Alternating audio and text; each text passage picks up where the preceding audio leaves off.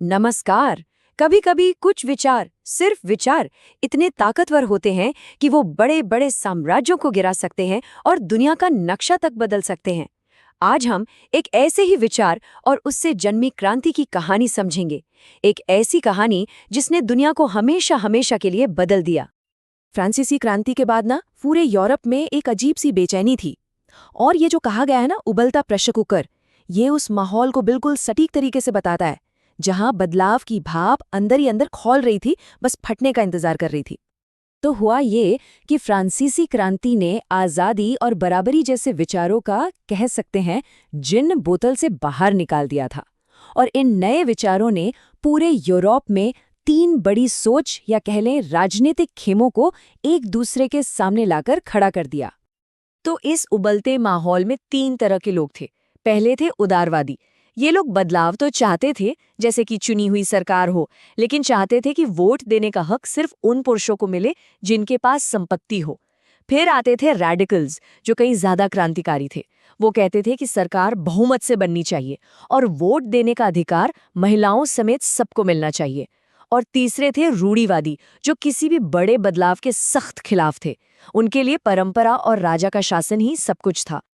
लेकिन ये सब बातें सिर्फ हवा में नहीं थी, सिर्फ नेताओं की बहसों तक ही सीमित नहीं थी। इन विचारों की टक्कर हो रही थी एक बहुत बड़ी जमीनी हकीकत से, जिसका नाम था औद्योगिक क्रांति। शहर तेजी से बढ़ रहे थे और गांवों से आदमी, औरतें, यहाँ तक कि बच्चे भी काम की तलाश में झुंड के झुंड कारखानों की तरफ भागे जा रहे थे। और इन कारखानों में उनकी जिंदगी कैसी थी, अगर एक शब्द में कहें तो बहुत ही मुश्किल। सोचिए, दिन में 12 से 15 घंटे काम, मजदूरी इतनी कम कि पेट भरना मुश्किल, और काम करने की जगह इतनी खतरनाक कि कब क्या हो जाए कोई नहीं जानता। यही वो भयानक हकीकत थी जिसने एक नए जबरदस्त विचार को जन्म दिया। और इसी माहौल से, इसी जमीनी हकीकत से एक नया रैडिकल आइडिया पैदा हुआ, समाजवाद। ये कोई छोटा मोटा सुधार का आइडिया नहीं था, बल्कि समाज को जड़ से पूरी तरह से बदलने का एक क्रांतिकारी नजरिया था। तो आखिर ये समाजवाद था क्या? देखिए, इसका जो कोर आइडिया था वो बहुत सीधा साधा था कि फैक्ट्री, खदान, जमीन, मतलब वो सारी चीजें जिनसे दौलत पैदा होती है, वो किसी एक इंसान की निजी संपत्ति नहीं होनी चाहिए। नहीं, उन पर पूरे समाज का, पूरे समुदाय का हक होना चाहिए। समाजवादियों का मानना था कि सारी सामाजिक समस्याओं की जड़ ही ये प्राइवेट प्रॉपर्टी है। और यहीं पर उस दौर का सबसे बड़ा वैचारिक टकराव सामने आता है। कार्ल मार्क्स जैसे विचारकों ने कहा कि ये जो औद्योगिक समाज है, ये पूंजीवादी यानी कैपिटलिस्ट है। मतलब एक ऐसी व्यवस्था जहां फैक्ट्री का मालिक सिर्फ अपने मुनाफे के लिए मजदूरों से काम करवाता है। इसके जवाब में समाजवादियों ने कहा, नहीं, संपत्ति पर समाज का कंट्रोल होना चाहिए और मुनाफा उन लोगों में बंटना चाहिए जो असल में मेहनत करके उसे पैदा करते हैं। चलिए, अब जरा नक्शे पर थोड़ा पूरब की तरफ चलते हैं, रूस की ओर।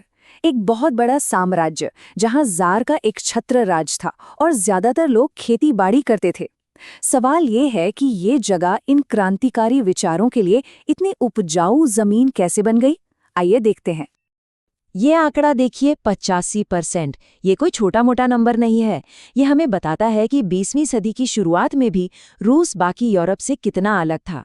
जहां बाकी यूरोप में कारखाने लग रहे थे, वहीं रूस की इतनी बड़ी आबादी अब भी अपनी रोजी रोटी के लिए पूरी तरह से खेती पर निर्भर थी, और इसी ने वहां के हालात को बिल्कुल अलग बना दिया था।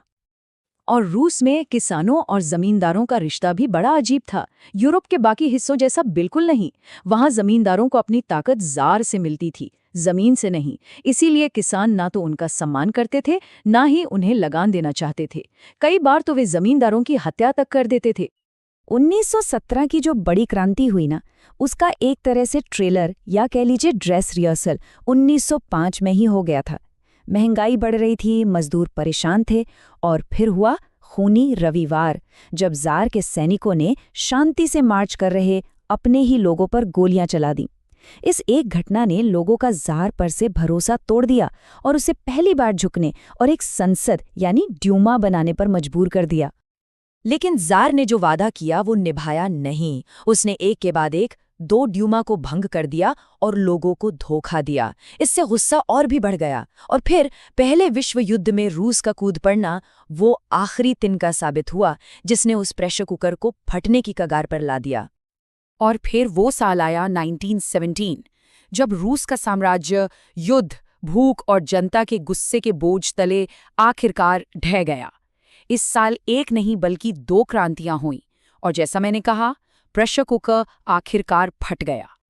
तो पहली जो क्रांति हुई फरवरी में, वो कोई सोची समझी साजिश नहीं थी। वो तो बस लोगों का गुस्सा था जो रोटी की कमी और युद्ध से मची तबाही के कारण सड़कों पर अचानक फूट पड़ा। और ये यकीन करना मुश्किल है कि कैसे सिर्फ 5 दिनों के अंदर 300 साल पुराना रोमानव राजशाही शासन ताश के पत्तों की तरह ढह गया, जब सेना ने ही अपने राजा पर गोली चलाने से मना कर दिया और मजदूरों से जा मिली तो जार के पास गद्दी छोड़ने के अलावा और कोई रास्ता ही नहीं बचा। इसके बाद एक अस्थायी सरकार का गठन हुआ। अब आते हैं साल की दूसरी और ज्यादा निर्णायक क्रांति पर, अक्टूबर क्रांति। ये फरवरी की तरह अचानक नहीं हुई थी, बल्कि ये एक सोची समझी प्लान्ड कार्रवाई थी जिसका नेतृत्व कर रहे थे व्लादिमीर लेनिन और उनकी बोल्शेविक पार्टी। उस वक्त समाजवादियों में भी 2 गुट बन गए थे। 2 अलग अलग रास्ते दिख रहे थे। एक तरफ थे मेंशेविक, जो मानते थे कि बदलाव धीरे धीरे लोकतांत्रिक तरीके से आना चाहिए, और दूसरी तरफ थे लेनिन के बोल्शेविक, जो इंतजार करने के मूड में बिल्कुल नहीं थे।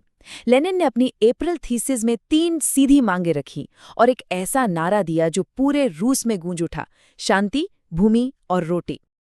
और फिर बोल्शेविकों ने एक्शन लिया, बिल्कुल बिजली की तेजी से। 24 अक्टूबर को विद्रोह शुरू हुआ और देखते ही देखते सरकारी दफ्तरों पर कब्जा कर लिया गया, मंत्रियों को गिरफ्तार कर लिया गया। कुछ ही घंटों के अंदर अस्थायी सरकार का खेल खत्म हो गया। सत्ता अब बोल्शेविकों के हाथों में थी। बोल्शेविकों की जीत हो गई, दुनिया का पहला समाजवादी राज्य बन रहा था। लेकिन इस नई दुनिया को बनाने की एक बहुत बहुत भारी कीमत चुकानी पड़ी। सत्ता में आते ही बोल्शेविकों ने रूस को जड़ से बदलना शुरू कर दिया। फटाफट एक के बाद एक सारे बैंक और उद्योग सरकारी हो गए। जमीन को सामाजिक संपत्ति घोषित कर दिया गया। रूस एक पार्टी का देश बन गया। लेकिन इन कट्टरपंथी बदलावों ने देश को एक भयानक गृह युद्ध की आग में झोंक दिया। और लेनिन के बाद जब स्टालिन का दौर आया तो क्रांति के जो ऊंचे ऊंचे आदर्श थे वो एक भयानक तानाशाही में बदल गए। उसके शासन में जबरदस्ती खेतों पर कब्जा किया गया, जिसके कारण इतिहास का सबसे भयानक अकाल पड़ा और लाखों लोगों को या तो मार दिया गया या जेल में डाल दिया गया। तो आखिर में सवाल यही रह जाता है, रूसी क्रांति ने बराबरी और गरीबों को सत्ता देने का वादा किया था, लेकिन उस लक्ष्य को हासिल करने के लिए जो भयानक मानवीय कीमत चुकानी पड़ी, क्या वो जायज थी? ये एक ऐसा सवाल है जिस पर आज भी दुनिया भर में बहस होती है।